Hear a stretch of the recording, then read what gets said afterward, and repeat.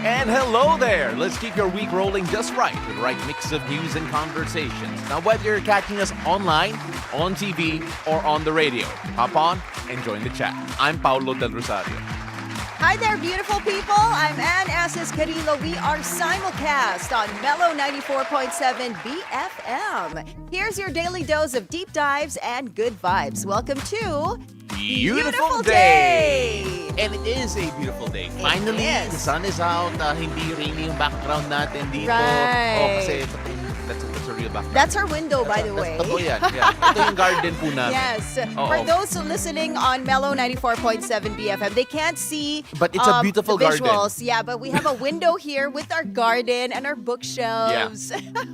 I mean, sakto kasi we've had so many reading guests recently. Yeah. Oh. But then it's nice that, the sun's out here, at least in Metro Manila. Mm-hmm. We're gonna find out more about the weather wherever you are later on Weather HQ. But thank you so much for joining us. We are all over the internet, Anne. That's right. We are live on Facebook and on YouTube, bnc.com. And also, you can just type Bilyonaryo News Channel to find our social media links. Like, share, and comment. There's a comment section there. Feel free to type your requests. Questions pala. Feeling ko DJ ako sa Melo. Well, at the moment, sort of, diba? Your questions for our guests later on, and your greetings as well. If you want to send shout outs to your families and your office mates and everybody there. Yeah, normally we read them out after we hear from Master Hans. Yes, that's right. Yeah. So join us again, Facebook and on YouTube. We are also on the Facebook page of Mellow 94.7 BFM. So many ways to get in touch with us. We got a packed show as always. I actually think, sorry Anne to interrupt go. you, I actually think I know why you felt that.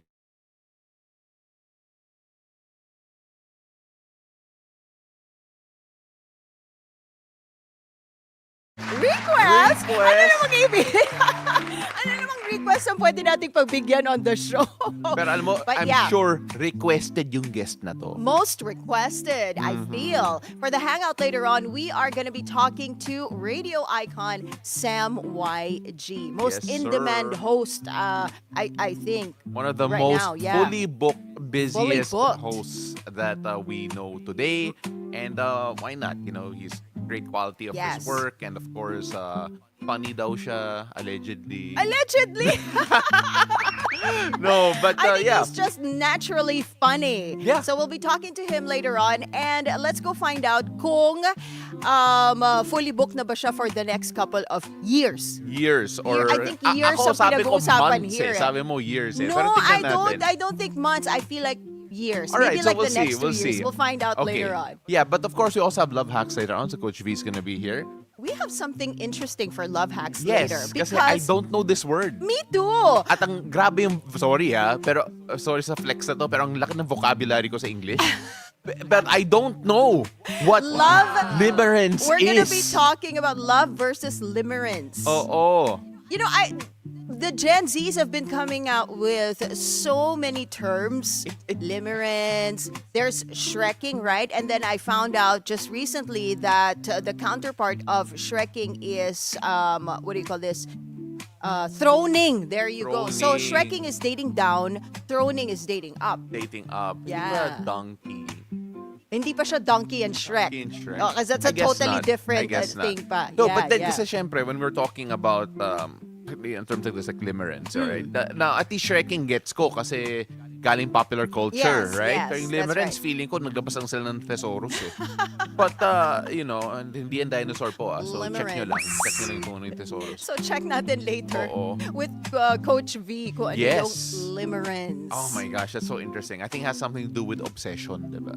Obsession. Obsession. Why So, can't they just call it obsession lovers so it's easy versus to obsession. understand? Kasi there might be more nuances, and that's why we're gonna have Coach B talk about that for us later on. Okay. But of course, as we always do, we always start off checking out how the roads are today. And today, medyo, well, at least my personal experience, medyo stop and start a bit in certain areas. Yeah, I don't yeah. know how it is for you kasi it feels like we live in different provinces.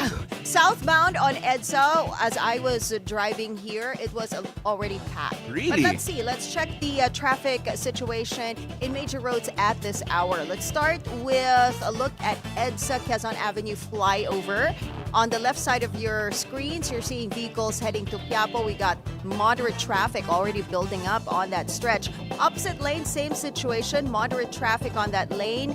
You're seeing the vehicles heading to Quezon Memorial Circle on the right side of your screens. Now, here's a look at EDSA Orense in Makati. On the left side are vehicles heading to Pasay City. We're seeing light to moderate traffic on that lane. Opposite side, on the right side of your screens, those are the vehicles heading to Shaw Boulevard, light traffic on that area. Now, heads up to motorists. The expanded vehicle number coding scheme is in full swing. It's a Thursday, so vehicles with license plates ending in 7 and 8 should be off the road right about now until 10 a.m. And again later, 5 p.m. to 8 p.m.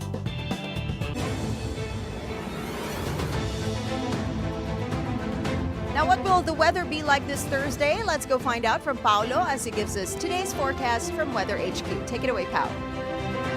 Thank you so much, Anne. Now, in the past few days, we were monitoring Tropical Depression Kiko, but that has exited the Philippine area of responsibility. Now, it had no impact on the Philippine landmass. But right now, the southwest monsoon or hanging habagat is still affecting parts of the country, bringing in moisture over Luzon and western Visayas. Now, Metro Manila, Central Luzon, and the Ilocos region, as well as Cordillera, Batanes, and Cagayan, will all have cloudy skies with scattered rains and thunderstorms. So, if you are heading out, at least have an umbrella handy and be ready for any possible delays, especially due to the traffic na alam naman natin, dumadami kapag umuulan. Now, the rest of Luzon and Western Visayas can expect partly cloudy skies with isolated rain showers or thunderstorms, still mainly due to the southwest monsoon. Now, elsewhere in the country, localized thunderstorms may develop this afternoon or in the evening with sudden heavy downpours possible. So whether you're on your way to work, school, or travel, make sure that your rain gear is ready and watch out for flooding, especially in low-lying areas. Now, when it comes to our sea conditions today, there's good news because there are no gale warnings up today. Waters across the country are expected to be light to moderate, which means generally calm seas and smooth sailing conditions for whoever wants to go out.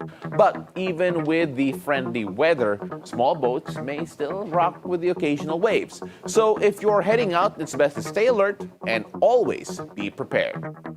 That's it for Weather HQ at the moment. And back to you. Thank you so much, Pao. Now on to our top stories this morning. Senator Joel Villanueva denied allegations connecting him to controversial DPWH official engineer Henry Alcantara. This comes after photos showing him with Alcantara spread online. Alcantara had previously admitted to signing off projects in Bulacan, which were later found out to be non-existing. The former DPWH official also admitted to gambling in casinos. Villanueva cried foul, claiming he is being singled out in the issue. Bakit? Bakit ako? Bakit ganun? Bakit sa akin tinuturo? Hindi ba napakaklaro dahil tatamaan na sila ngayon? Sir, wala kayong transaction with Alcantara? Never. Wala kayong transaction? Ang transaction is, what is transaction? And again, this is, unfortunately, this will again be used by fake news peddlers, no? Ano ba yung transaction? District engineer siya. Lahat ng senador, lahat ng sekretary na pumunta sa presidente ng Pilipinas nandun nakakasama siya.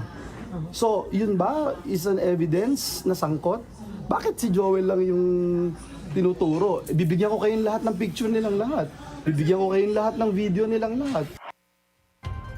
Villanueva thinks people behind the anomalous flood control projects are behind spreading what he claims are fake news about him.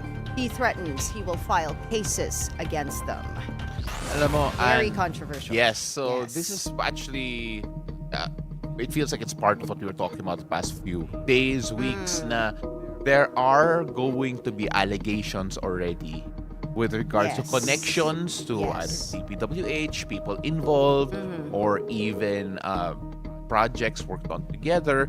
We've already seen a bit of that recently with Yes. Senator Chis Escudero and the allegations about the donations made. Yeah. I think 30 Yeah. million pesos was the number talked about there. Pero ito naman si Senator Joel Villanueva denying just connections, alleged Yeah, connections yes. with the controversial But if you DPWH listen official. to that question that was thrown to him by one of the reporters, Yeah. like nagkaroon po ba kayo ng transaction with Alcantara, and he didn't really answer that question Yeah. directly. Yeah, actually- Transactions, ano ba ang mga transactions? Yeah, ano ba ang mga Right, transactions? yeah, So, yeah. I actually feel that is valid in a way that, kasi, syempre, having a photo with someone, it suggests something but is not enough Yes, of course. for anything, diba? Right. Kasi, syempre, you're in government, you have photos with a lot of people, and that doesn't necessarily mean na may connection kayo, or at least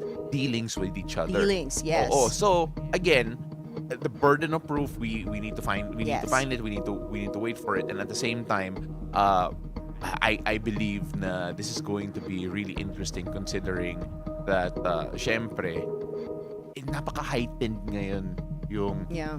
awareness natin, Yeah. and And the with connection finding. You know, with the investigations going on, we can expect names, Yeah. more names, to be revealed in the next coming days, weeks, months, maybe. Yeah, Right? perhaps. So we we're will gonna be see. on standby. Yeah.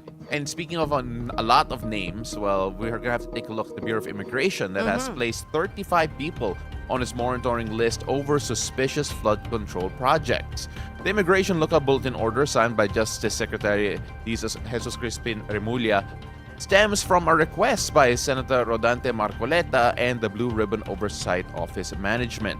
Immigration officers are directed to closely track the travel movements of the individuals to prevent them from dodging the ongoing probe.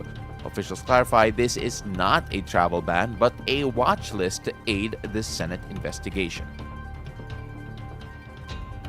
President Marcos has ordered a sweeping review of the proposed 2026 budget for the Department of Public Works and Highways. The move comes after reports of possible irregularities and duplicate projects in the agency's 880 billion peso allocation. Malacanang says the president wants to ensure that funds go to projects that truly benefit the public. It added that any corrections to the spending plan will be made through errata, as the budget bill is already with Congress. So here we are again with budget for the DPWH looking suspicious yet again. Yeah. You know, during the interview of Secretary Dizon on Point, he also mentioned that may mga nakita na namang irregularities for the 2026 budget, and that's why the president has ordered this sweeping review kasi merong mga projects na magkapareho yung amount. And then there were projects that were already labeled as completed pero kasama pa rin sa budget. Yeah, so I think that's going to be one of the bigger things to look at in Yes. general, diba? I mean, like, you take a look at the You fact know what, that... Paolo? It makes me wonder, paano nakakalusot? Well, that's Paano another thing. napupunta on the list? Yeah, so- Diba? I mean, if it's already completed, somebody made that list. Yes, so... Why was it even there? I mean, like when you have a lot of LGUs claiming that they they're not even aware of certain DPWH projects yeah. in their area. Lack of coordination. I mean, Yeah. like it kind of makes sense, diba? Na hindi nga sila sigurado kung tapos o hindi o kung meron o wala.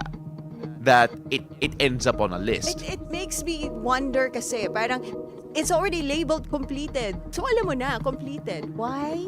No, na naulit Included siya. there. Oo, But diba? then, siguro the person on making the budget or at least listing down or itemizing doesn't know.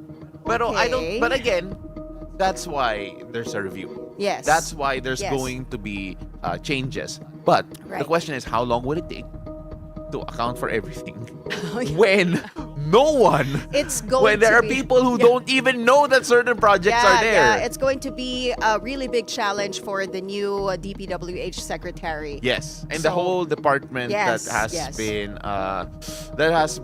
reshuffled, rejiggered, and basically reformatted. So let's see how that develops. It's going to be really interesting. And speaking of interesting developments, Pasig City Mayor Vico Soto is conducting a parallel investigation into flood control projects within Pasig City.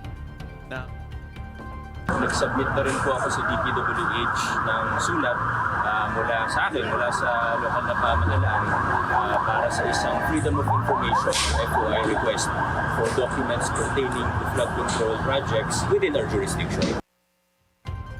Pasig City LGU intends to investigate more than a dozen contractors operating in the city. This is parallel to the ongoing investigation by the Senate Blue Ribbon Committee.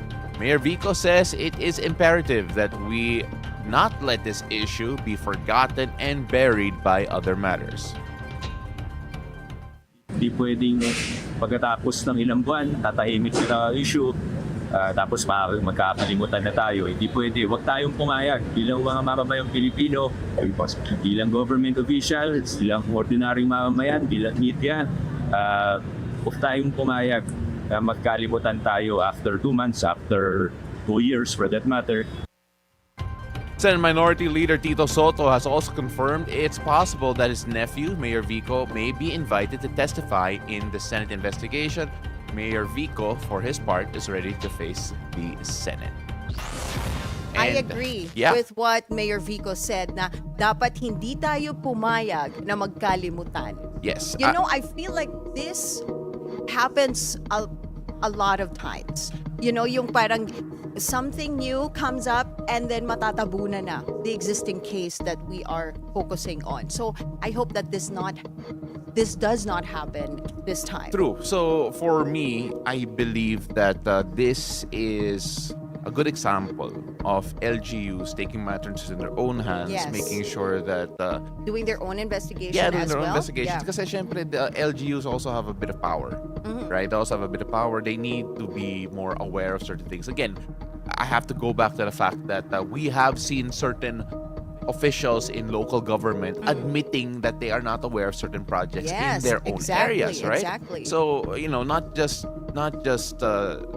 putting the microscope just on Pasig, pero yung mga ibang LGU, you also have to wonder what are they doing if there are any anomalous flood control projects in their particular LGUs, cities, jurisdictions, and what can be addressed. Kasi kailangan, hindi lang national level, you also have to address problem at the local level. That's right. So you see now the mayors going around, Yes. diba, checking on these anomalous flood control projects. Not just Mayor Vico, Mayor Joy is also in Quezon City, has been going around. So we'll see Yeah, we'll see. what happens next. Moving on, we were talking about this yesterday. The Yeah. National Union of Journalists of the Philippines, or NUJP, has acknowledged the apology issued by Leyte 4th District Representative Richard Gomez. However, they feel it is not enough. Siguro kung titignan natin, no, ang sinabi lang naman niya, I'm sorry to all the media I have offended, no.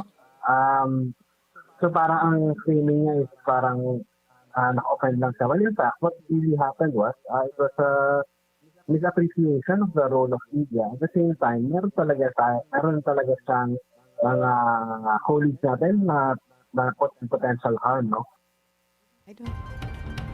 The NUJP says that Representative Gomez's actions were more than a simple mistake, and they continue to denounce the baseless and spiteful utterance against reporters. The House Ethics Committee has said it is ready to process complaints filed against Representative Gomez. But for the NUJP, this is also a matter for the National Privacy Commission. Both bodies can launch their own investigation, can fully on CCTV mismo to proprio, no? So, something for them to take note of this, na kung if they want to move forward, something like that. The NUJP says that it is the media's job to ask questions, especially as the country is embroiled in the flood control scandal. It's imperative that everyone know the truth. Moving on to business news, the Philippine stock market is now the weakest in Southeast Asia, with only $3.2 billion in monthly trading value. SEC Commissioner Rogelio Quevedo says the local index has stagnated while Vietnam and Thailand have surged far ahead. He blames a rise of online gambling, which he says is luring investors away from the market. To revive trading, the SEC is pushing for tougher rules, including a ban on gambling access via e-wallets and the listing of more government-owned firms. Now in world news this time, China showed its military power in a lavish parade to mark 80 years since Japan's defeat at the end of World War II. Chinese President Xi Jinping has cast World War II as a major turning point for its nation. Over 50,000 spectators watched the 70-minute showcase at the Tiananmen Square Wednesday. The spectacle featured marching platoons, cutting-edge military equipment, and hypersonic missiles. The guests of honor, Russia's President Vladimir Putin and North Korea's leader Kim Jong-un. Analysts are watching whether Xi, Putin, and Kim may signal closer deference or defense relations following pacts in recent years. This would alter the military calculus in the Asia-Pacific region. Moving on to sports, the Philippine men's under-23 football team fell to Syria 2-1 in their opening match of the AFC Under-23 Asian Cup qualifiers in Saudi Arabia on Wednesday, September 3. After a scoreless first half, Syria was able to bag the opener through captain Mahmoud Al-Swad and just past the hour mark after a shot snuck under keeper Nicolas Gamares. Sandro Reyes equalizes for the Philippines through a driven low shot with 12 minutes left in regular time. But Syria pegged them back just 2 minutes later through Mohammad Al-Mustafa. The Philippines will try to bounce back when they take on Tajikistan on Sunday, September 7th.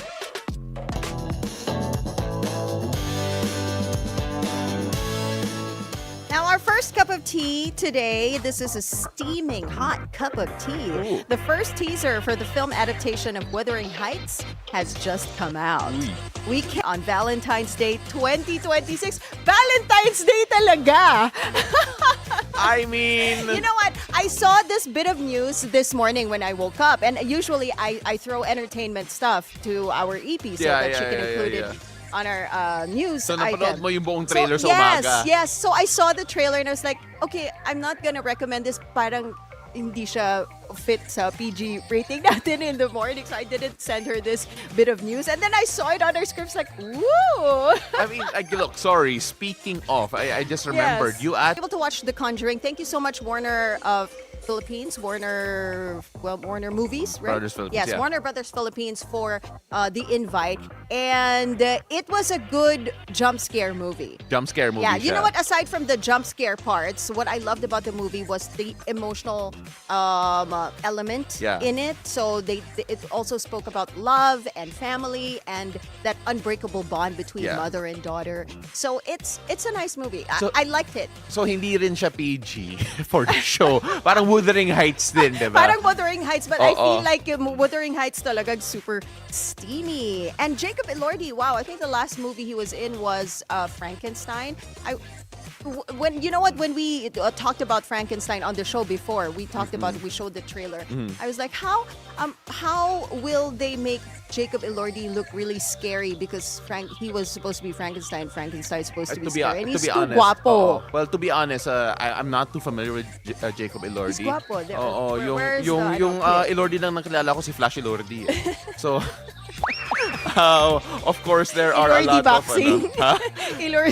Doon ako nagpa-boxing sa Elordi. I'm sure, diba? Kilala niyo si Flash. Anyway, Ay, let's nako, move let's on. move on. Another cup of tea. Music executive Scooter Braun is back in the spotlight, this time linked to actress Sydney Sweeney. Wow. Multiple reports say the two are casually dating after being seen together at Jeff Bezos' wedding last June. The 27-year-old actress recently split from her fiancé, while Braun, 44, divorced in 2022. Wow. Braun is known for his high-profile feud with Taylor Swift over her song Masters. I don't really know the story, most of the story behind Scooter Braun and Taylor Swift, but I've been seeing comments on social media when news about Sydney Sweeney and Scooter Braun came out that they were dating. People were saying, okay, he's bad news. Well, you know what? It says something that even if we're talking about Sydney Sweeney and Scooter Braun, pinag-uusapan pa rin natin yung beef niya between Taylor Swift. Him and Taylor Scooter Swift. and Taylor. Yeah, But just- again, I'm not too familiar. I can't cast any judgments. But if you're named after a vehicle, I always think na, okay, let's see.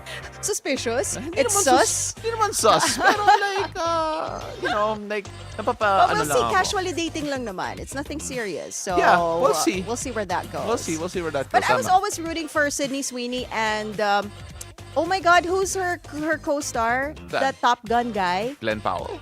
Yeah, Glenn Powell. I didn't know about I was that. always rooting for them because they starred in a rom-com together, and when they were still both with their respective partners, and then they were so sweet, ganyan, and then I was really rooting for them. But I get you. anyway, that's our tea for this morning. Again, send us your messages on Facebook and on YouTube. We are there live. You can catch the show live and send us your questions for our guest, our next guest. I'm sure marami silang tanong for our next guest on the Hangout. Because after the break, we'll be hanging out with a radio icon or with radio icon Sam YG. Catching up on what he's been up to since he left Boys Night Out to pursue other passions. So don't go away. Beautiful day.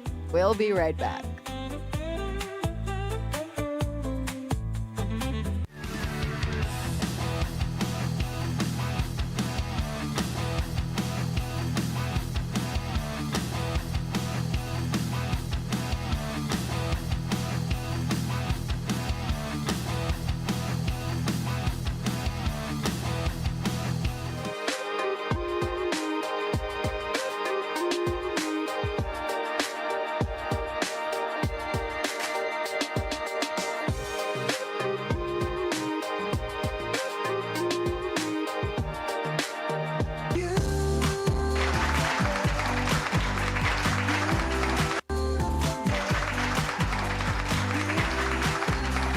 Hi there, welcome back. You're still watching Beautiful Day. You most likely know our next guest from his time in the Boys Night Out radio show. And you may even have attended one or two of his events because since he left radio, he's become one of the country's most in-demand event hosts. Sam YG joins us in our Hangout.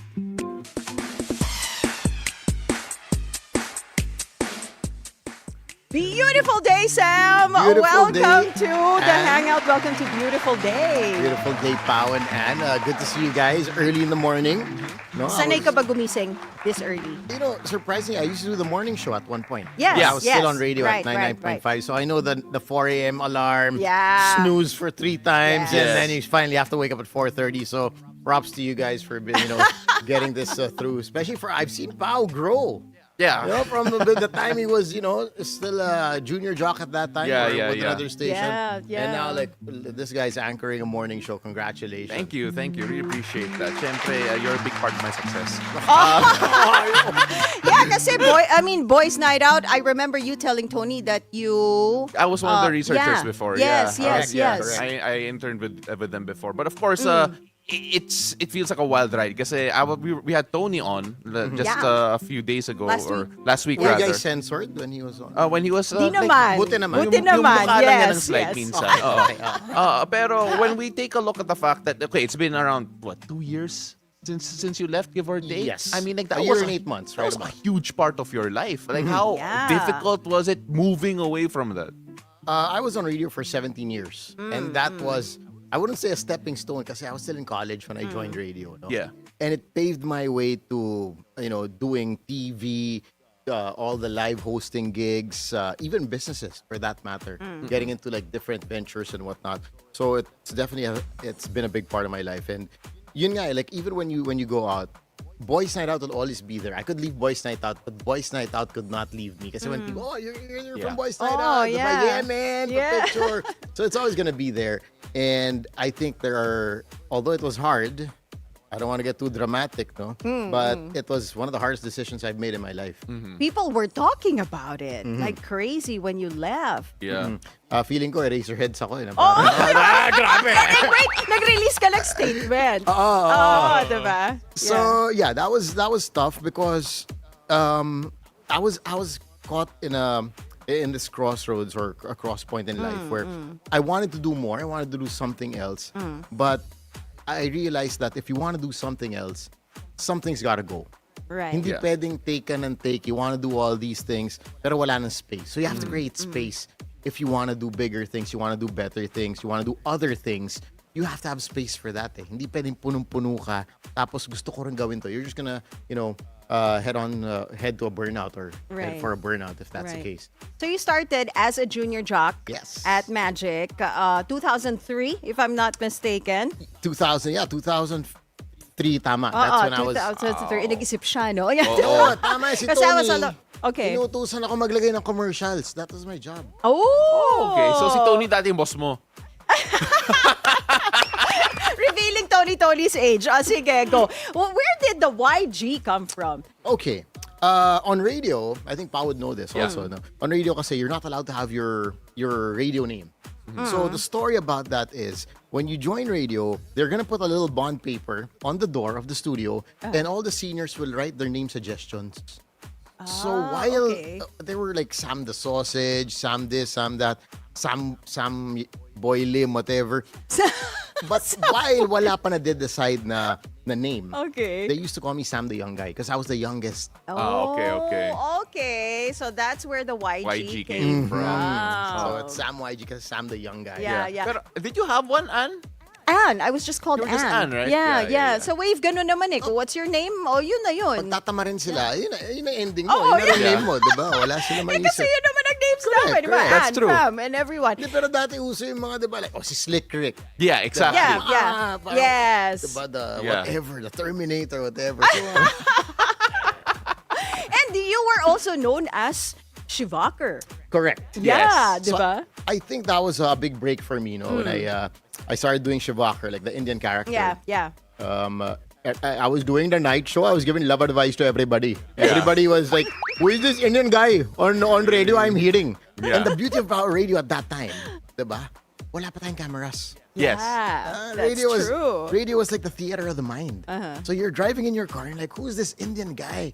With an Indian accent talking. They didn't know it was me. Yeah. Okay. So that was interesting. Then Eat Bulaga came along. Of course, that was a big TV break for me. Yeah. I was there for about 6-7 years on and off. And yeah, I also paved, learning from some of the best in hosting, Tito Vic and Joey.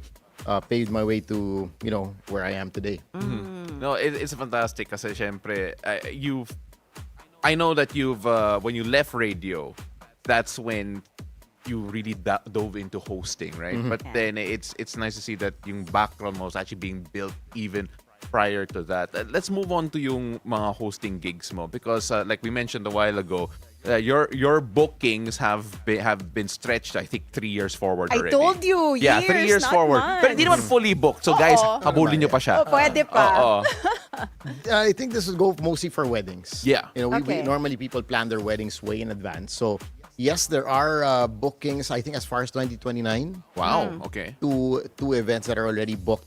2026 is practically 3/4 full with the weddings. 2027 is also pretty much, there are a lot of bookings coming in. So yeah, 2-3 years in advance, people start booking because they plan their special days. When it comes to weddings, it is something that they plan ahead of time kasi nagkakaubusan ng suppliers eh. Yeah. There were only, a certain number of hosts who probably would do weddings. So they want to make sure that they lock that out as early as possible so they get the supplier they want. So, yun nga, I mean, it's interesting and also it's tricky kasi I always say pag mga 3 years away pa, sabi ko, I'll host your event, your wedding, basta buhay pa ako. Yes. Tsaka hindi kayo mag-break. Yes. Make sure hindi kayo mag-break. Oh, Importante yun. yeah. Oo. Yeah. Kasi baka biglang mag-attend ng Coldplay concert, di ba? Oo. Tapos Haba. biglang... Oo, Haba. diba? Oo. But for corporate gigs, they come in like, 3 to 4 months in advance. That's when they start planning their gigs. What's interesting that I've seen, and what's more interesting for me is the international bookings that I've been getting the past couple of years. So, Weddings to? Yes. Okay. So, I've been flying to Europe, to the US. I'll be in, I just came from, this year was Turkey, and then I'll be flying to Bangkok in a few days. So there are a lot of international weddings and events that are happening, and I think it's high time that Pinoy hosts get to showcase that we're not just hosting in the Philippines, we're world-class hosts. Yeah. So I think Spread your wings. Yeah. correct. Not just for me. I think this. I hopefully most Filipino hosts get to experience that. Na Right. ang Pinoy, we speak English very well, we adapt very well, and we are definitely not just local hosts but world-class hosts. Yeah. So you host weddings, you host corporate events. What do you enjoy the most? That's a good At question. saka paano ka nag-shift, no? Parang from wedding and then biglang corporate. I think the shifting process happened, or I learned that during Boys Night Out. Okay. Kasi at that time, I was doing Eat Bulaga during the afternoon, Yeah. which was super Tagalog. Yeah. And then at night, you have to do a super English show. So your brain during the day goes through a, through a little... Yeah. Jump through hoops. goes Oo. through hoops. I think for me, regardless of the event, whether it's corporate or a wedding, one thing that when it comes to hosting is really knowing your audience. Okay. Studying your audience. Is it, let's say, an English-speaking audience? Are there more foreigners in the crowd? Then you adjust your jokes, you adjust your material based on the crowd you're dealing with. So this also goes like, may mga nun, as you can see. No? Si sister. Oo, nagka 10,000 points ako sa lamit yan nung araw na yan. Oo. Si Lord mismo nag-text sa akin. May VIP table ka na dito. Oo, siya na mismo nag-message. No? Si Lord mismo yung nag-book sa'yo. Oo, siya na nag-book sa akin. Oo. So, I mean, when you look at the crowd, I try to come as early as I can. Study how they talk, the lingo, Yeah. even if it's a corporate event. And that's how I maneuver through the event. Yeah. Yeah, kasi it's such a weird thing, crowds minsan because you can actually find a way to describe them as a collective, right? And then you have to be able to talk to that group as a collective and not just like any specific person. But when you take a look at the fact that napaka-personal kasi yung mga weddings, diba? Yes. Napaka-personal mga weddings, and then it feels that you could just follow a formula, but it doesn't feel like you do that necessarily. It feels like you actually find a way to tailor make it. Paano yung proseso na yun? Considering that every couple feels different. Every wedding feels different from time to time. That's a good question. No? A lot of people ask me that as well. I think the secret to that, I really meet with the couples before the wedding. I get the vibe. Yeah. I get like, are these medyo, 30s? What do they like? How they meet? I get the love story also. Yeah. So I can tailor fit the program to what they like. I always tell them, especially for weddings, this is a collaborative effort.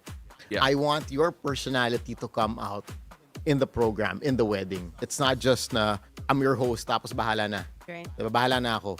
Gusto ko, when people leave the venue, they would remember, ito yung wedding ni Pao.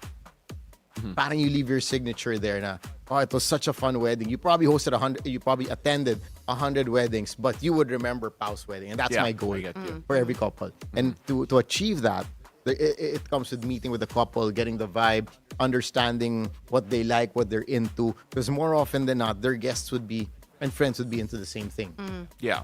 So it's really there's a lot of homework that goes into it.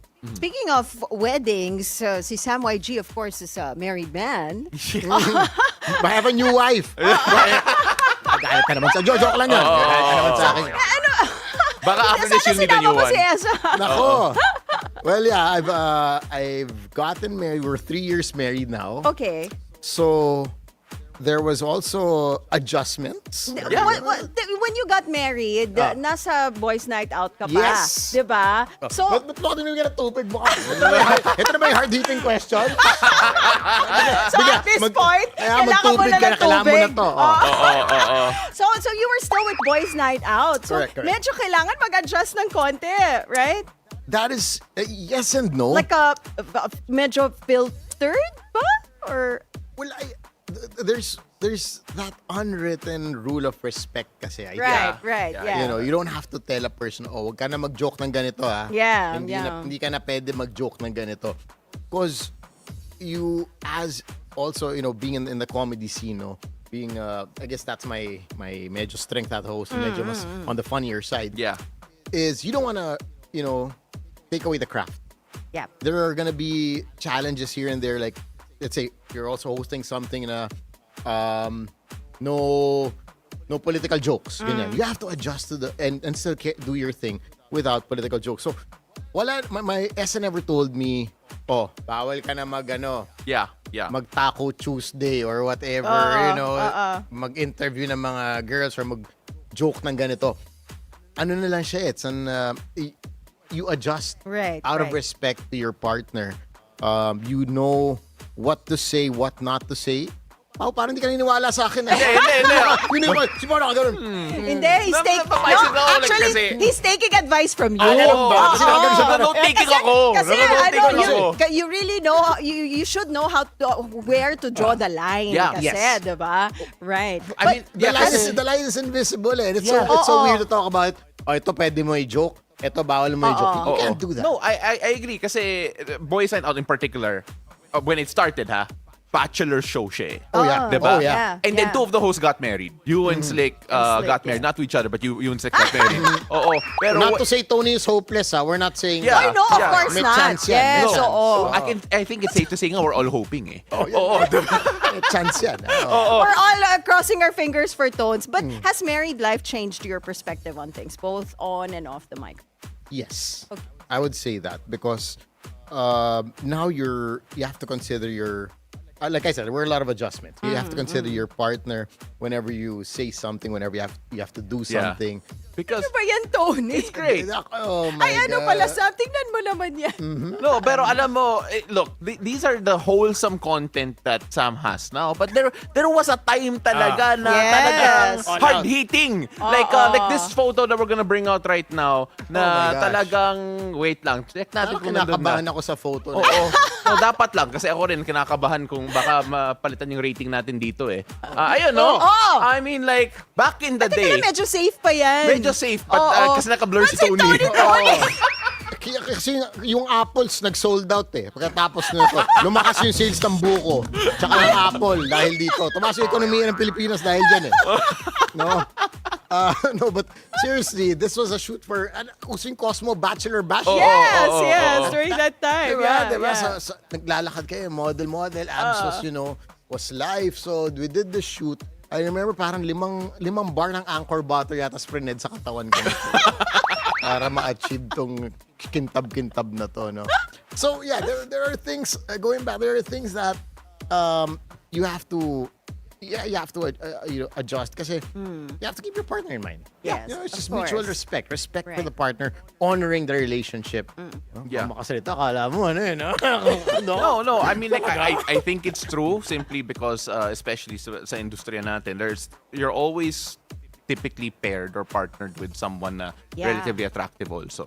I mean, like, kaya, syempre, and some people might say stuff online, and syempre, it's the security that you have to give them. Ayun, I think that's a good point too. So sorry to cut that. Go ahead. You have to make sure you have to make your partner feel extra secure. Kasi based on what Paolo just said. Yeah, based from experience. Yung sinasabi. But anyway, Tama. When you take a look at the fact that a lot of people now look up to you. I mean, like, to be fair, when I was in college, I did look up to you when I was actually working alongside you as one of your interns. And then right now, there are now a new set of hosts, a new set of media people who are evolving the landscape. Because you evolved eh. You went from radio, TV, to hosting and then being something on social media as well in a different way than you were before. when you look now at the younger generation, are there any ones in particular? Are there any people in particular that you look at like, uy, grabe yung potential nito ah? There are actually a lot. One thing about the hosting scene is, I think I can speak for all of us here as hosts, whether you're on TV, on radio, is that it's a different art form. And not too many people, for some reason, would take this path. It is a special art, a special gift. But yes, I just had my master class last weekend. Yes, congratulations, by the way. Thank you. So I had a few of the up and coming hosts attend, and I had a whole module we had a group with Paolo Valenciano, Nico Faustino, the guys at Go Live Asia. There was a module about live event hosting, and I think it's parang one thing that's very important to keep yourself in the industry, especially in this industry, is innovation. You have to, hindi ka pwedeng, okay na ako, I'm good now, I'm gonna relax. I'm already the best, I'm not gonna do anything else. No, you have to innovate, because there are of course new things that come about. Now there's social media. When we started, walang social media. Yeah. You have to adapt to all these things and find your way to make yourself also authentic yet relevant. Yeah. So it takes effort. It takes effort to, diba? Hindi ko na alam ginagawa ko dyan, no? Yan, authentic yan and relevant. They're very, very authentic, actually. Even like now, podcasts are there, so I also have a podcast. You have a podcast, Yes. yeah. So it's really innovating, and that's one thing that a lot of artists probably have a hard time with, no? Or they get stuck at a certain point. But you always have to look out, what's next for me? How do I see myself, my career in 3 years, 5 years? Where do I want to take it? And then you plan how you take it there. So that's one thing also that my wife helps me with. Yeah. She's very good with planning a business. So sabi niya, your hosting career, it's not just a career. You have to look at it as a business. No? Yeah. Where do you want to take it? Diba? What is the mission? What is the vision for this? And that includes passing also your knowledge, paying it forward, because the industry has been so good to me, paying it forward to the next generation. Hindi na pwedeng puro ikaw lang. Right. Diba? So we have like the likes of Justin Quirino, who are great, great hosts. There are a lot in the scene right now. So for me, hosting is going to be there. It's going to stay. And it would be great to train and to, mutually learn from some of the up-and-coming hosts. You said that Filipino hosts, it's high time for Filipino hosts to be out there as well internationally, right? Ano sa tingin mo yung X factor ng mga Filipino hosts? What makes us so different from other hosts, other nationalities? May theory ako, I want to hear go. some. Yung theory ko kasi malambot ang dila natin mga Pinoy. Oo, eh. It's yung the fact that nakaka-adapt yung accent natin depending on where you go. That is true. Like everybody would say, pag Pinoy singer, diba? Yeah. You can bring them anywhere. That's why the Pinoy singers and performers, they're global. Yeah. Diba? Pero yung hosting, at one point, I think we are also there. It's just a matter of, people discovering that our talent, the host's talent, that grabe, malambot nga yung dila. These guys can speak English, Tagalog, and our accent is not matigas, hindi hard. Yeah. So wherever we go, like whenever I host, even in, let's say in the US or in Europe or even in Asian countries, they're like, I understand everything you're saying. Yeah. It's not hard. You're not hard to understand. Like, I totally get all the jokes, everything you're saying, and I think that's one strength of Pinoy hosts. That minsan kasi there are accents na medyo, ito, Indian accent na lang. Para wala tayo, para safe din ako. Diba? Okay, para safe din ako. Indian accent. Minsan medyo, I was just in India a few days ago. Yeah. Yes. And every time the Grab driver would tell me something, I was like, what did you say? Kasi English din, pero medyo you don't understand what he's saying. Yeah. Unlike Pinoys, we understand each other and we can make a way and find a way to make sure that everybody understands the program. It's just fantastic just taking a look at yung journey nyo. But then of course, you mentioned that you have projects like all the way, gigs all the way for 3 years moving forward. But then apart from hosting, do you have anything else in the pipeline? Or are you now just focused on yung hosting gigs mo? As of now, I also do I've been dabbling into real estate since I was 14 years old. So there have been a few projects that I've been working on. My wife is also working on a couple of projects na magagalit siya sa akin pag sabihin ko. Basta, she loves our dog so much, no? Si Chili. Okay. So she's working on a couple of things that's around that industry. So those two things are exciting, and hopefully, things where we can work on in the next couple of years. It's fantastic kasi syempre we always wanted Sam here. We Yeah. had Tony here, si Slick na lang kulang. Si Slick na lang, yeah. I was doing some research on Sam, and then nalaman ko na you initially wanted to be a lawyer pala. Yeah. Oh. That was my goal. So if you weren't in media, do you think this would be the career path for you? For sure. Oh. For sure. Kasi high school pa lang, dream ko na yan eh. Okay. I wanted to be like one of the first Indian lawyers in the Philippines. Not to service Indians particularly, no. Pero, pero I thought it would be fun. So I did my pre-law in Ateneo also. Okay. Finished legal management. Then I told myself I'll take a 1-year break and then I'll go to law school. Yeah. So I did that, but that's when, Boys Night Out came in. Yeah. Oh. That's Everything when started- life happened. Okay. Life happened, and okay. then you slowly realize that sometimes even if this is what you thought that the Right. direction you wanted, you find fulfillment in something else, and then you realize that's your calling. Yeah, it's just fantastic kasi I have a feeling, even if he was a lawyer, we'd be interviewing him until now. Pero about yung anonymous flood control projects, yung mga ghost yeah. Kala projects. ko yung mga nepo. Pwede rin, either. Ini-imagine ko si Tony, si Sam in the courtroom eh. Oo. Like, May comedy na konti. May comedy ng konti, right? pero Yeah. seryoso. Oo. Actually, my professors, I see them once in a while when I host events. Okay.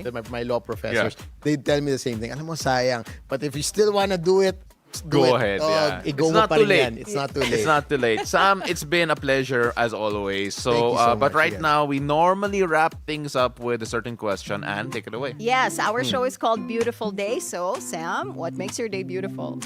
What makes my day beautiful is waking up to my beautiful wife. No, I believe this. I believe that how you start your day would really set the tone of to how the day would go. That's true. One thing I'm trying to practice now, I'm still not so good at it, trying to get there, is not looking at my phone for the first 30 minutes to an hour of the day. Oh. And having it for myself. Do you Yeah, cook her breakfast? Again. Do you cook her breakfast? No, she cooks for me sa baliktad. Try mo. Yun na yun. Do you know how to cook though? Hindi. Oh, hindi siya marunong magluto. Baka But curry, you can... baka curry agad ang breakfast. Curry breakfast ka. Curry tsaka kebab ang maging breakfast niya eh. Shawarma for breakfast. Ayun. Oh my goodness. Thank you so much Thank for you, your guys. time. Thanks, Sam Paolo. YG, ladies and gentlemen, event host and radio icon. Thank you for joining Beautiful Day today. Good morning. Thank you so much, Sam. So when we return, global weather is up next. Plus our horoscope of the day with Master Hans Kua. Don't go away. Beautiful Day. We'll be right back.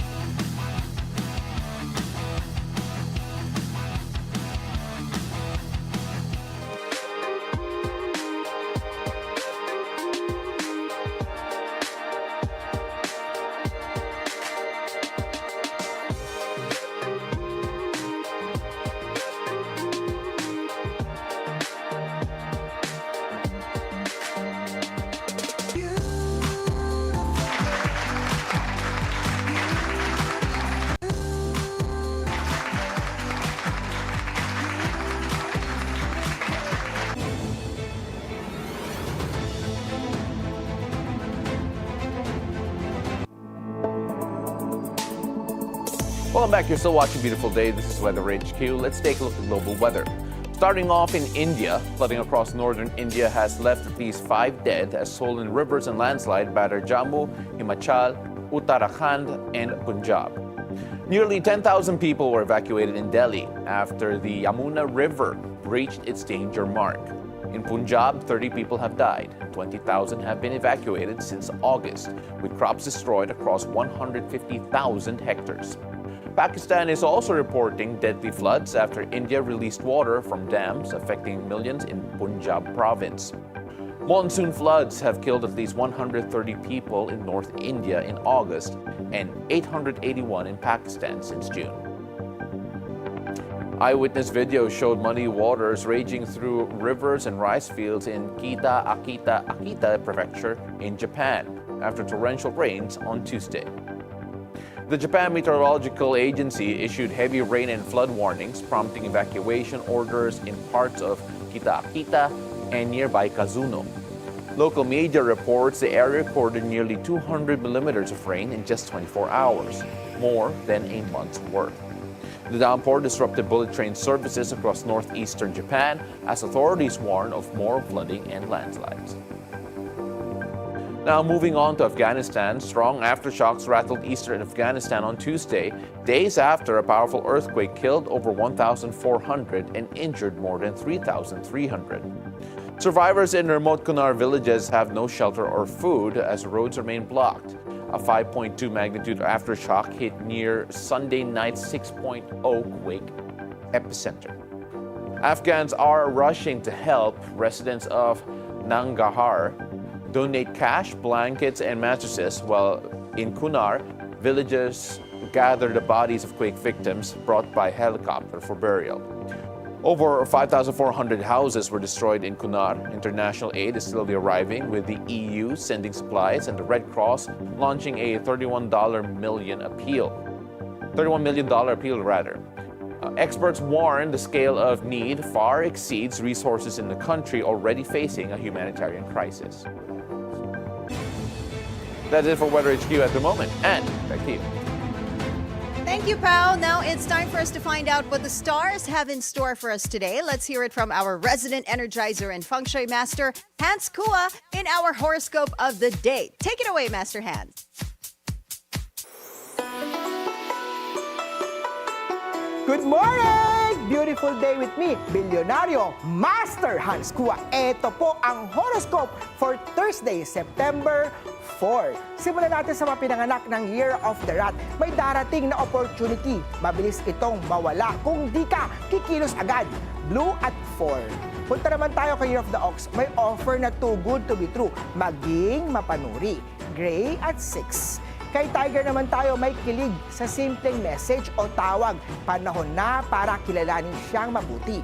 Gold at 3. Rabbit naman tayo, mag-ingat sa kinakain sa labas. Pumili ng malinis na kainan. Purple at 8. Kay Year of the Dragon naman tayo, magandang araw para magsimula ng ipon o mga financial plans. Red at 5. Kay Snake naman tayo, mas makakabuti kung magtutulungan kesa magpapaligsahan sa team. Orange at 9. Ito naman, Kay of the Horsey, magandang araw para magbenta ng mga lumang gamit mo.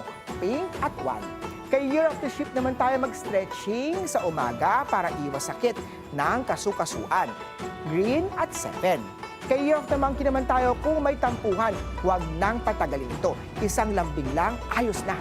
Orange at 2. Kay Year of the Rooster naman tayo, maging maingat sa pagtanggap ng bagong responsibilidad. Pink at 6. Kay Year of the Dog naman tayo, hindi masamang magmahal muli. Huwag ipigil ang sarili sa bagong pag-asa. Violet at 5. Last tayo kay Year of the Pig. Huwag magpapagod sa paglalakad. Magpahinga kung kinakailangan. White at 3. Paalala lang, ito po'y patnubay lamang. Ang tunay na swerte ay nagsisimula sa pagiging totoo. Abangan araw-araw ang horoscope of the day. Dito lang po sa Beautiful Day with me, Master Hans Kua. Thank you as always, Master Hans Kua. Master Hans said that I should stretch every morning when I wake up. I do that, Master Hans. Yeah. Actually, I do planks and squats. Yun, bago maligo. Yeah, ako naman, yung horoscope ko is magbenta ng lumang gamit. So, Magpa-garage sale ka to those daw. interested, okay. Saan yung mabibenta mo? I mean, like, I can sell shoes. Ah, I can sell okay. shoes. Okay. I think there are too many shoes.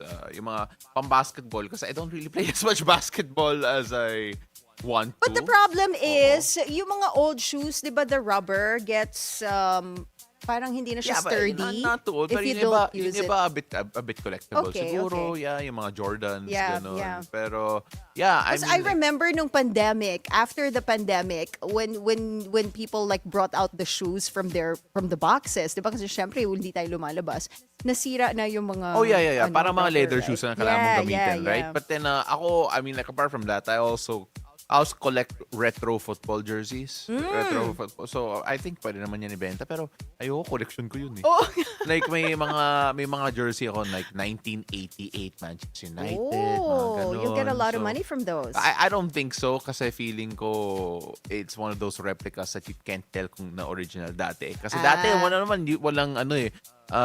Ngayon kasi yung mga orig, they have whatever security features na mahirap gayahin ng mga replicas. Right. Dati kasi hindi eh. Not as much. So, I mean like I wouldn't be surprised if yung mga meron ako, hindi pala. Hindi pala orig. So, resale value is not quite there. But either way, thanks, Master Hans. Thank you, Master Hans. As always, we have a lot of people joining us on Facebook and on YouTube. On Facebook, let's start with FB first. Rizaldo Abia says hello. John Victor, as always, is watching and listening. Watching on YouTube, Blast TV, and earlier on Mellow 94.7 BFM. Thank you so much, John Victor.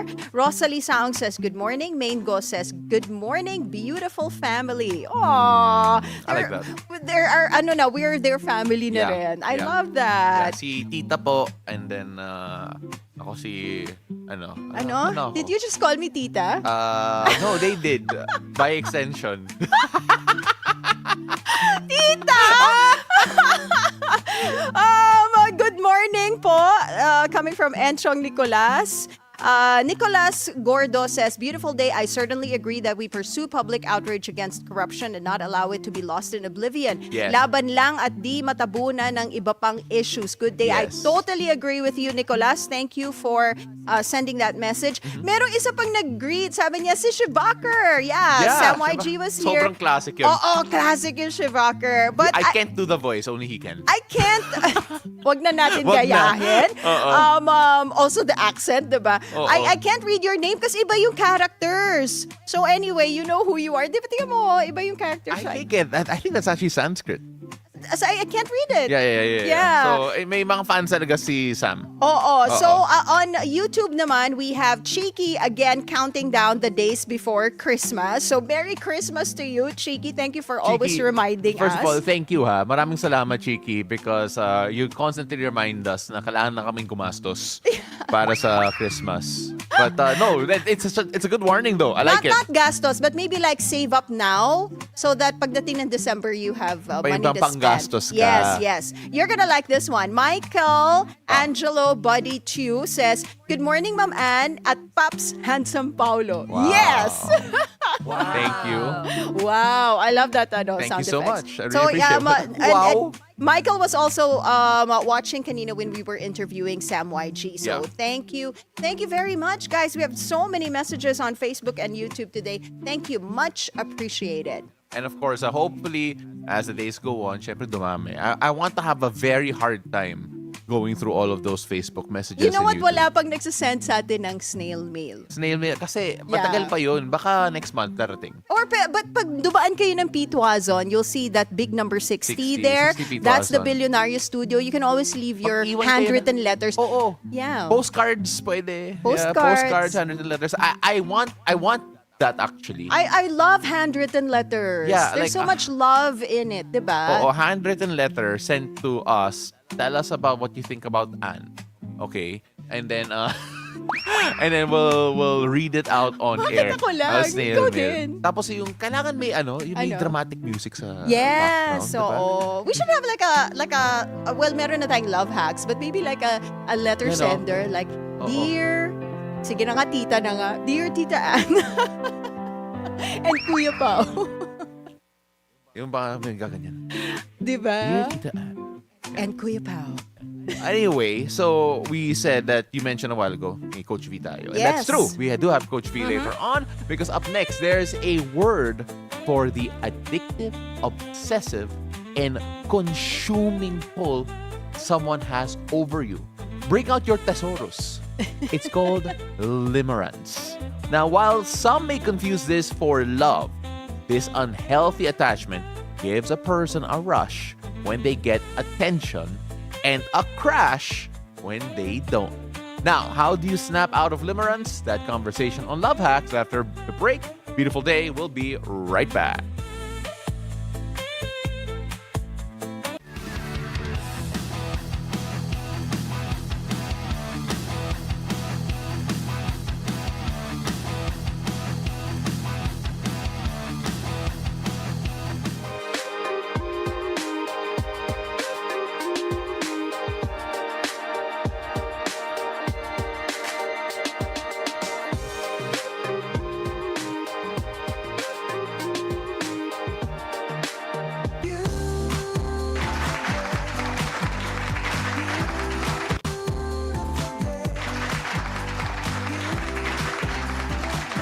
And welcome back. You're still watching Beautiful Day. Now, if you feel like you can't stop thinking about them, you're constantly rereading your chat messages kahit 1 year old na, or so on, replaying your moments together in your head even if they hurt you, that may be called limerence. Now, this term was coined by an American psychologist back in 1979, di pa ako tao nun, to describe what is not quite love and not quite obsession, but is just as addictive. Now, is there a hack to cure this love sickness? Let's talk about it on Love Hack. Love hacks, we got you. No need to be sad. And as always, we're joined by our resident love guru, Coach V. Beautiful day, Coach! Beautiful day. Thank you for having me back. All right, Coach. So, limerence. Limerence. Anne and I literally had to do research on what is this word. Yeah, we were Ang talking about origin this nito. yesterday, right? Oo, Since so yesterday. I gave like a brief background what limerence is, but then how could you explain that even further? So, limerence in a nutshell is having that strong infatuation towards somebody, not because you love them or you know them, but because you just want to be liked back. Okay, because that can also be described as obsession. So But what there's is a difference, Yeah, right? what's the Oo. difference There is a between difference. obsession and limerence? Right. So, when you're obsessed towards somebody, you want to own them, you want to possess them. Diba? That's obsession. It's a very strong feeling towards that person because you want to be, kumbaga, put a label on that person as your possession. But when you are going through limerence, this is basically you being addicted to this person because I just want to know if he or she likes me back. I just want that reciprocity. I don't want to own them. I just want to be liked back. That's why it's so addictive. In other words, gusto mo yung attention. Yes, gusto mong mapansin. Okay. That's why, di ba, like, we've known of a lot of people, especially during the 90s, where you have a lot of yung mga posters ng mga Posters, crush nila. Yeah, yeah. That's actually Oh my God, I limerence. was like that. Yes, that's not obsession because they don't wanna own the artist, but they wanna be noticed. So that's what we feel towards our crush. Gusto lang natin mapansin. Like we want that attention back kasi crush natin sila.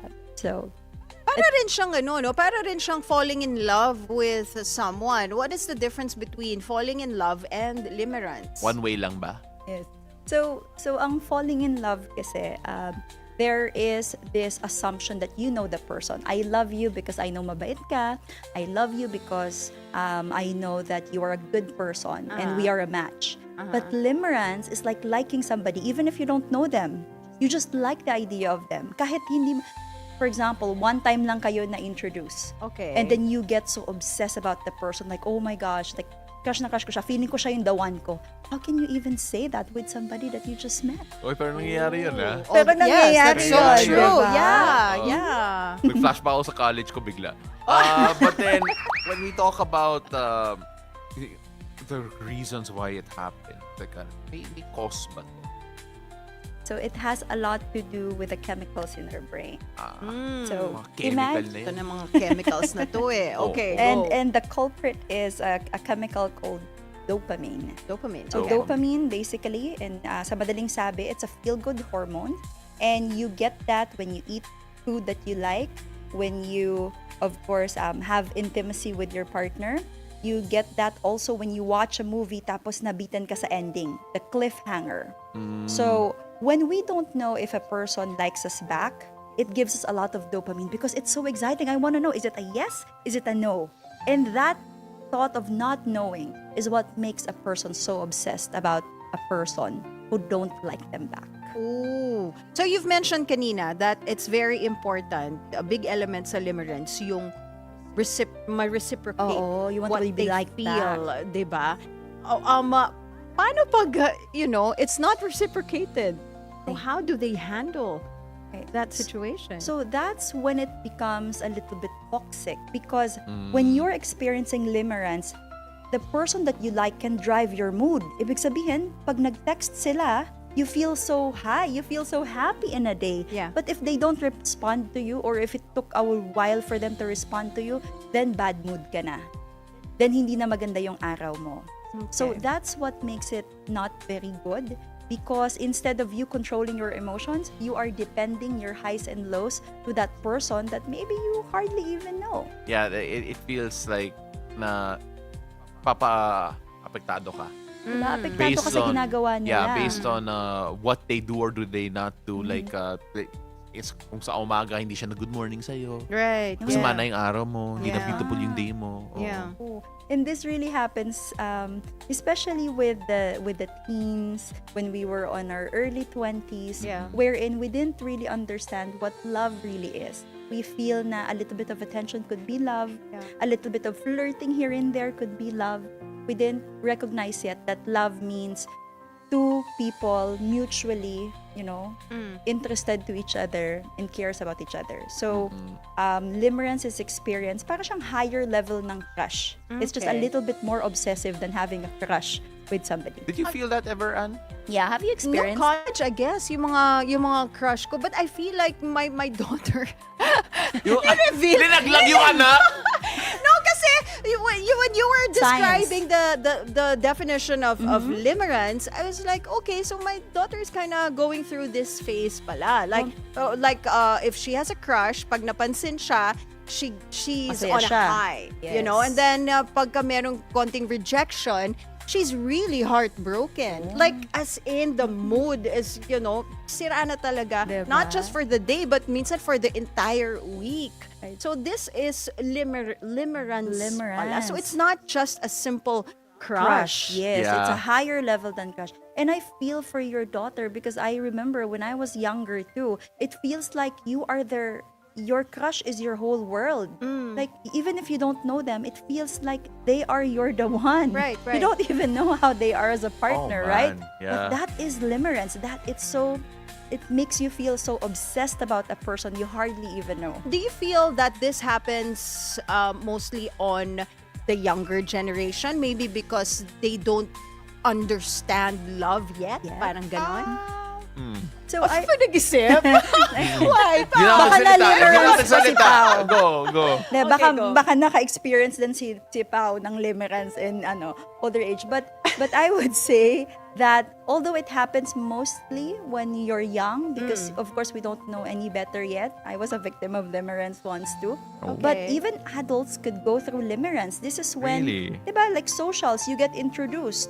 Although meron talagang mga times na na-meet mo once and you knew that's the one. But 90% of the time, It's not. it's not. Oh. Bakit mo? So let's ask Pao. How about you, Pao? No, Have I mean, you experienced this? Yeah, I think in college, yeah. Yun nga, when we were younger. Yeah, Kasi when we we were didn't know younger. any better. Not when I Diba? was older siguro. I mean, like, I don't believe that I experienced that when I was older. Pero yeah, I remember college kasi dati, you'd go out, Coach V mentioned socials, and then like dati, I remember one in particular it happened during in Cebu, I think Sinulog or whatever. And you get to meet all these people and then and all of that. So I think that's just one of those things na minsan, feeling mo click na click kayo. Correct. Oo. Tapos ikaw lang pala ang may feeling na ganun. Yes. Oo. Hindi pala reciprocated, no? Oo. Yeah. Can I just say, the only reason why I shared this is because I need to name drop eh. Kasi yung producer natin si Kelsey, sabi niya, Pao, mag-share ka nga. See? I did. Alam mo, tayo lagi nag-share no? Pero yung team natin, parang safe sila sa control room. Not sharing their Gusto stories. nga i-post kung ano yung love life nila. Oh, yung mommy ni Kels is Hi, tuned in, tita. by the way. Hi, tita. Hi, tita. Thank Ang you galing so ng anak much niyo for po. We love your anak. but I feel like this also stems from a person not being able to handle rejection well. 'Di ba? Kasi when your feelings are not reciprocated, hindi mo matanggap, and then you just break down and 'di ba? Your mood. Yeah, so first of all, how do you address it? And yeah, you're right, that's sometimes the effect. So how do you Right. get out of yung limerence? Yeah, Kasi how do you snap it out of could it? get toxic. Absolutely. And very quickly, before we share how to get out of it, there's like two terms that we usually use. Yung hopya, di ba sa Filipino? Like, oh, you're hopya lang. What's I mean, hopya? you're hoping. You're the only person who's so into the person. Hopya And is a delicacy also. Ha? Yeah, I know hopya. But ginamit niya yung term na hopya. Yeah, Walang, they what? use it as a Okay. Sabi yung joke. monggo. Ang alam ko lang yung hopya love me too. Yung Parang ganon, di ba? Hopya, Hopya love me too. ube hopya. Yes. Diced. And Masarap when you have a crush, 'di ba? Your friends would joke and say, hopya ka na naman, 'di ba? Okay. So Ganun that's pala. that's the effect kasi of limerence. And just like what I said, even adults could experience that because have you heard of the term na, oh, you don't really like me, you just love the idea of me? Yes. Yes. That Yes, is yeah. 100% limerence. Yeah. Yan yung Right. classic. And so how do you get out of it? One of my clients, what we did is, because she got so in love with the person that she hardly even, like, kaya ko nabanggit yung socials, because they just met in socials, and she was like, Coach V, I found my the one. Yeah. But then I was like, really? So what you do, my love, is so that you, as in ma-prove natin na the one mo siya, lista mo, what are the good things that that person has been doing to you, wala siyang malista. Kasi hindi niya pa nga kilala eh. And you're so hopya and you're so in love already. And you can also do it with somebody that you already know, that's possible, but you have to list on what are the good things and the bad things that they're doing. And titingnan mo which list is longer. If you see like all the hindi not so good traits, is mas mahaba than the good traits, tapos in love ka pa, it doesn't make sense. That means it's just limerence. Okay. It's not really love, because usually when you love somebody, you genuinely adore and admire them for their traits, for who they are, not just your fantasy of them. Yeah.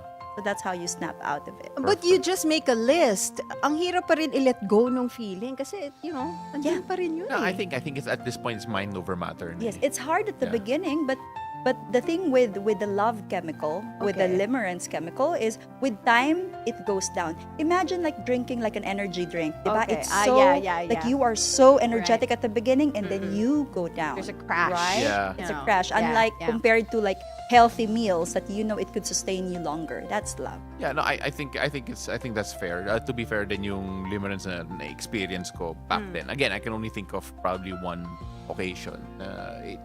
Just after time, yeah. like when you realize na wala lang naman, like you just met the It person. just automatically Like, it goes fades away. Pero wait, You snap I out. shared too much already. Ikaw, apart from your daughter. Ba't ako?